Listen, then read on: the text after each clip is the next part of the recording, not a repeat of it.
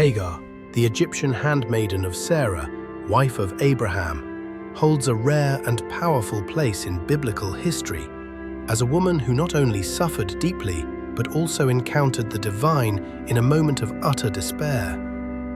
Her story, often overshadowed by the patriarchs and matriarchs of Israel, is one of resilience, injustice, revelation, and hope. Taken from her homeland and placed into servitude, Hagar's life was not her own to shape. When Sarah, unable to bear children, gave Hagar to Abraham to produce an heir, it was not out of compassion but desperation, a human attempt to force God's promise. Hagar, without say in the matter, became pregnant with Abraham's child, and that shift in status triggered a tragic tension between the women. Treated harshly by Sarah and unsupported by Abraham, Hagar fled into the wilderness, alone, pregnant, and frightened. It was there, in the desolate terrain of her abandonment, that the divine intervened. By a spring of water in the desert, an angel of the Lord found her and called her by name, a powerful recognition of her humanity.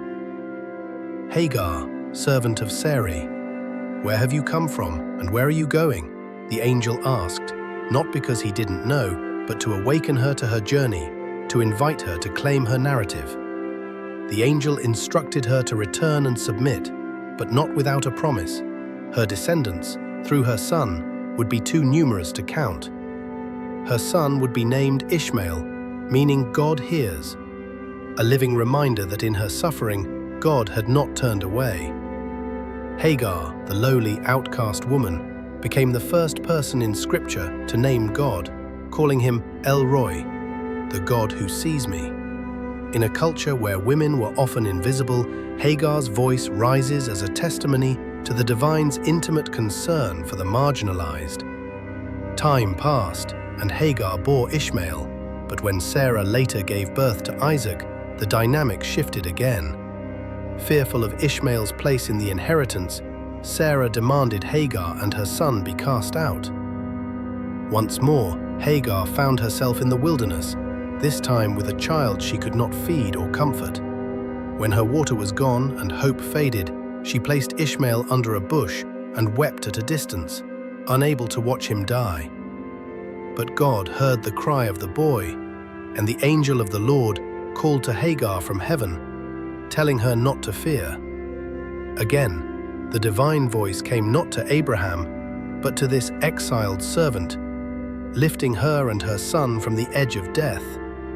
God opened her eyes to a well of water nearby, and from that point on, Hagar and Ishmael lived under divine provision in the desert. Ishmael grew to be strong, becoming the father of a great nation, just as God had said. Hagar's story challenges the notion that God only works through the chosen elite. It reveals a God who sees and hears those who are most easily cast aside by society. She is the only person in the Bible to receive 2 angelic visitations, and she alone dares to name God from her own experience. Hagar's journey from enslavement to motherhood, from exile to survival, is not just a footnote in Abraham's legacy, but a vital prophetic voice for all who have been used, abandoned, or silenced. Her story echoes across centuries, a cry for justice and an anthem of divine compassion. In Hagar, we find a theology of the wilderness, a God who meets us not in palaces or temples, but in our most broken places. She stands as a sacred witness that no one is unseen, no pain is unheard, and no life is too small for divine purpose. To remember Hagar is to remember every forgotten soul who ever looked to the sky and wondered if they mattered. And through her, the answer resounds: yes, you are seen, you are heard, and you are known by the God who meets the brokenhearted by desert springs.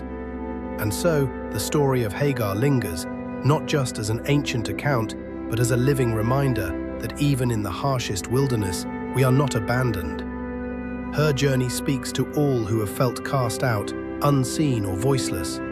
Through her tears and courage, through her exile and encounter, we witness a God who steps into the margins, who calls by name, and who answers with hope. Hagar may have been a handmaiden in the eyes of the world, but to the God who sees, she was never invisible.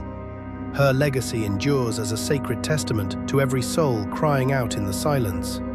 You are not forgotten. You are seen, you are heard, and your story matters. If this story moved you, don't forget to like, comment, and subscribe for more powerful stories of faith and hope.